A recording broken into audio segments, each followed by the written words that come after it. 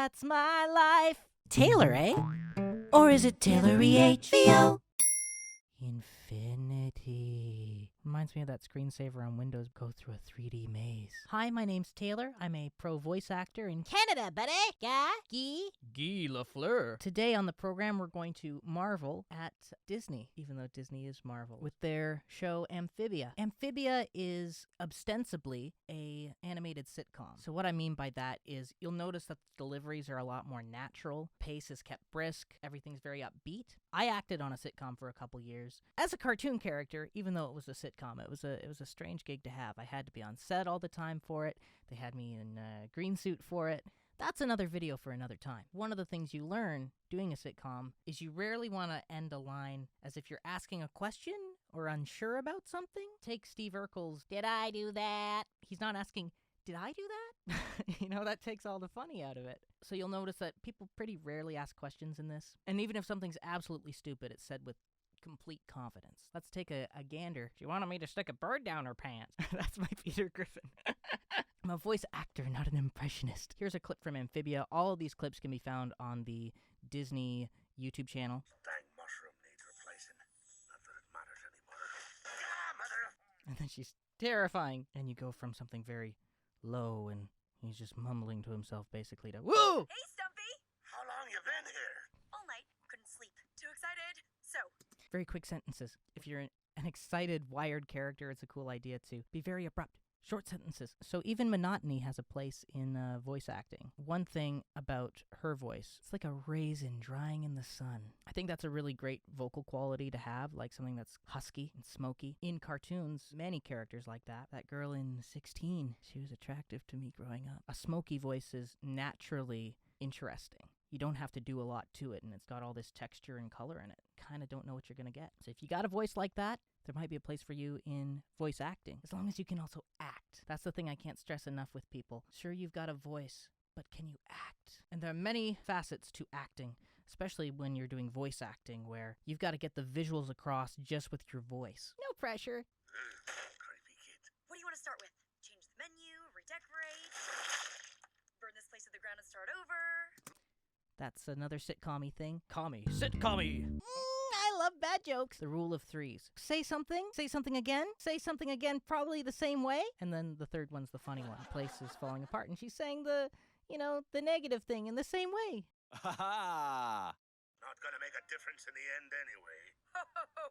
Oh, that is where you're wrong.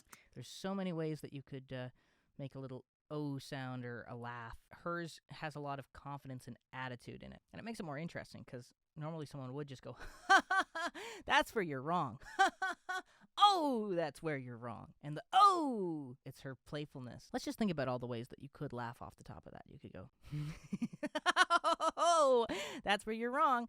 But that would be too cartoony. Clear sounds, oh, that's where you're wrong. That way, when they're editing, if they wanted to cut those things off, they could very easily because there's just this little gap between them all. So doing very clear, quick, defined sounds is an important thing in voice acting. If you're going to do those little improvisatory mabobs. After a new, whose line is it anyway? One time I got to see Colin Mockery for $5.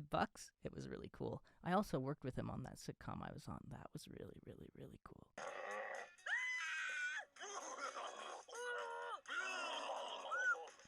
All those little sounds she's making throughout this whole montage, that was probably done during what they would call a library session, which is about maybe 2 or 3 episodes in. They just record you doing a bunch of wild sounds, and they'll have a big checklist that you have to do, and they want you to do it short, medium, long, for all those different sounds. Ideally, like soft, medium, loud as well. So she just had different screams that she did, and they're like, all right, well, let's just use these different little screams as she's running from this trash monster.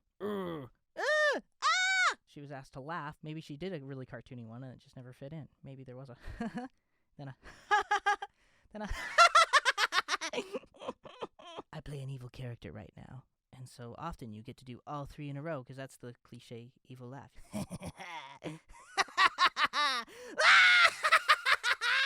That's my life.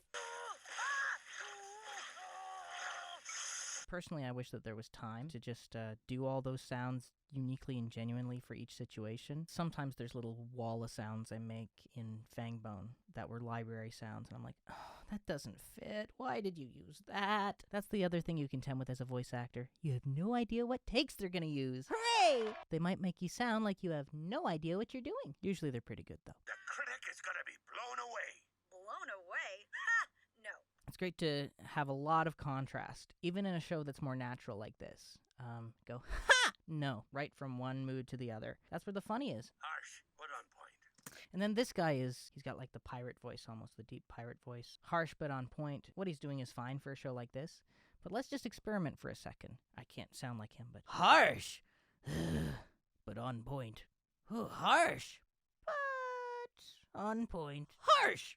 But on point! You know, you could say it all upbeat. You know? That's horrible! I like it! Harsh! But on point. That's not really in his character description, but harsh! But on point. Take your time on harsh and then blast through but on point, which you don't have time to do in sitcoms. Really in no TV today, unless it's really funny to drag out a word. Can impress that critic? We've got a lot more work to do. A lot more work to do. Find the key words that you really want to emphasize. If she'd said, we have a lot more work to do, it would have been odd. It's like, it's established that they're working together this whole time. You don't need to emphasize the we. Well, we have a lot more work to do. That'd be a different circumstance. You could maybe use that. Like you're thinking about it. You're weighing the pros and cons. You know, if you're like talking to an idiot who doesn't understand the idea of work, it's like, we have a lot more work to do. We have a lot more work to do. Makes no sense whatsoever. We have a lot more work to do. That's maybe more like the Peppa Pig. We have a lot more work to do. Everything's upbeat, even if it kind of makes no sense to be. These shows are a bit like that, too. Oh my goodness. Swaddy ka, and welcome to Stumpy's, Wortwood's first frog Thai fusion restaurant. Now with napkins. Napkins, what are those? Napkins? What are those? Need a refill of fly iced tea? On the house, sweetie. I like the sweetie. Welcome to Dot's Diner. Taking your order. Here you go, sweetie. Trained delivery of someone working at a restaurant. Larb. It's actually pronounced lab. Well, how about that? 1 foot in the grave and still learning new things. Again, just say everything upbeat, even if it's a pretty dark thing to say. And that's what kind of makes that line funny, is 1 foot in the grave and I'm still learning new things. Ha ha! That is called hope. I think we might actually pull this off, dude. I really like her. I want to show you how the naturalness carries through a lot of different circumstances, though. So you're going to meet another character voiced by Bill Farmer, the voice of Goofy, for a long, long time. I met him once at a convention. It was cool. And he did a very nice job at pulling himself back to fit into the very chill tone of this show. It's the main characters that get to be especially naturel. Why? Is my food not good enough for the princess? Well, if I'm the princess, then you're the king of bad cooking. Oh, yeah? Well, He could have gone like, well, yeah, well, you and I, But he's good at just making it what it needs to be and nothing else. When you're auditioning for a role like this, it's good to show off how far you can go. It's easier to reel an actor back than to try and make an actor be bigger. So you might get a recall even if you give a really wrong delivery, just because they can see, okay, this person's very varied. They can go really animated and they can go really chill. So we'll figure out as we go which one we want. Dang it! You know what? Even that, like the dang it, you know what? All of these lines are kind of said with a similar tone. Each character has a place that they remain in, and they don't get to sway out of it too much. I feed you, I house you, and this is how you repay me? I love how his voice cracks. But a lot of what he's saying is kind of in the same volume, in the same placement, and it goes a little higher a little bit, but not by much. And that's part of a more natural show like this. Even if you're goofy, you're kind of in a box. Shape up soon, and I'm throwing you out. I'm throwing you out. Throwing's the most important word there, so make it sound a bit like you're throwing something. I'm throwing you out. You gotta dig into the meaning of the words that you're saying. Why did I emphasize it like that? I want to show you Anne and Sprig. So this is Sprig. Sounds like the beast roams these parts. Probably a good place for a spy. It wouldn't be nearly the same if he got to finish his sentence and then got pulled by the rope. It's better to take you off guard and surprise you. Even if your script is written as if you say the full line and then you get pulled up, maybe have yourself get pulled up on that last syllable so you can elongate that out. I don't really know what he's saying there, but probably a good place for the people. Wah! Wouldn't be nearly as interesting as probably a good place for Yeah, Anne. That's her name. I keep on saying her. I know this! I've seen a few episodes of this. When you sometimes deal with depressive episodes, your memory starts to lose abilities. Depression. Talk about it. Just like a sitcom, I'm going to talk about depression with a big smile on my face. Giant head, spindly limbs, face bumps. The beast! Stop following me. It's a subtle thing, but how she says stop following me. Notice how there's almost like a period after stop? That kind of helps emphasize this sense of every word I'm saying right now is important. So I'm going to space out my words and enunciate them. Stop following me. Personally, part of me wishes I was popular enough to have a stalker. Stop following me! Not as interesting. I taste terrible. I taste terrible! With complete confidence is a great little trick. You saved me. You're not a beast at all. He's almost figuring it out. You're not a beast at all.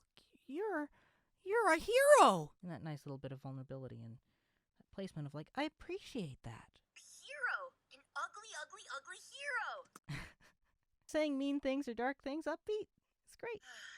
Okay, Sprig. You got anything to eat? Sure do. Things that aren't bugs?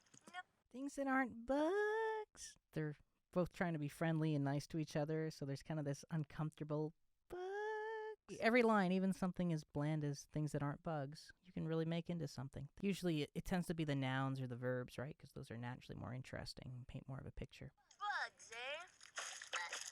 I love the really fast sounds when he catches things. Fast is funny. It's a very common thing in comedy.